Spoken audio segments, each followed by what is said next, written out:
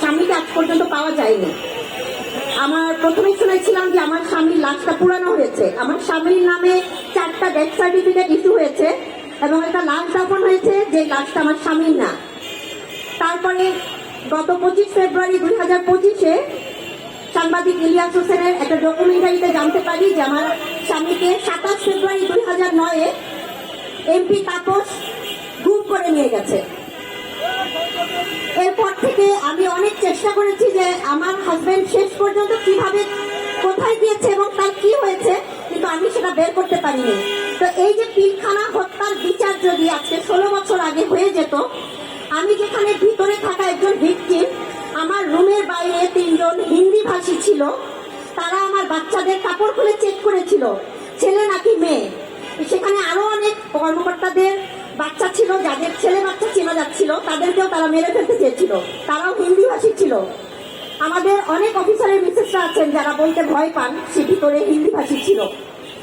আমাদেরকে এভাবেই রাখা হয়েছে এবং আমাদের মধ্যে কিছু সুবিধাবাদী পরিবার আছেন যারা কোনোভাবেই বলতে দেয় না এই পর্যন্ত, যার কারণে সবাই 16 বছরে থেমে গেছেন।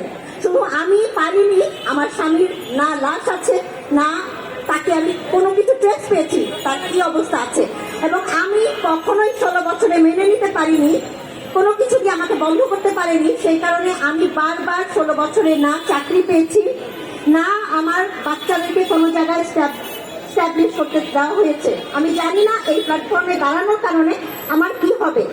তো আমি আপনাদের উদ্দেশ্যে এই কথাটাই বলবো যে 16 বছর ধরে আমরা নিপীড়িত হয়েছি শুধুমাত্র আওয়ামী লীগের কারণে।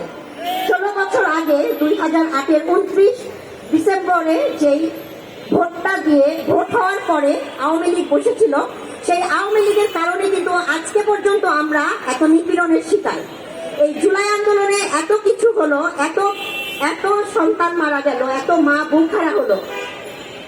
এর বিচার যদি, আওয়ামী লীগের বিচার যদি আপনাদের মাধ্যমে না হয়, আপনারা যদি না করতে পারেন, তাহলে আমরা কিন্তু কখনোই আর মাথা তুলে দাঁড়াতে পারবো না। আমাদের সন্তানরা মৃত্যুবরণ করবে এবং আমরাও করবো, আপনারাও করবেন। বাংলাদেশ কখনোই আর বাংলাদেশ হতে পারবে না, আওয়ামী লীগের পায়ের নিচেই থেকে যাবে ইনশাল্লাহ।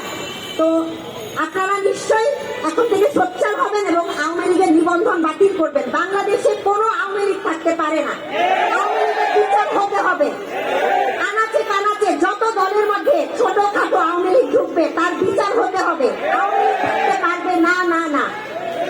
আপনারা ভালো থাকবেন, আমাদের জন্য দোয়া করবেন। বাংলাদেশ জিন্দাবাদ, ইনকিলাব জিন্দাবাদ।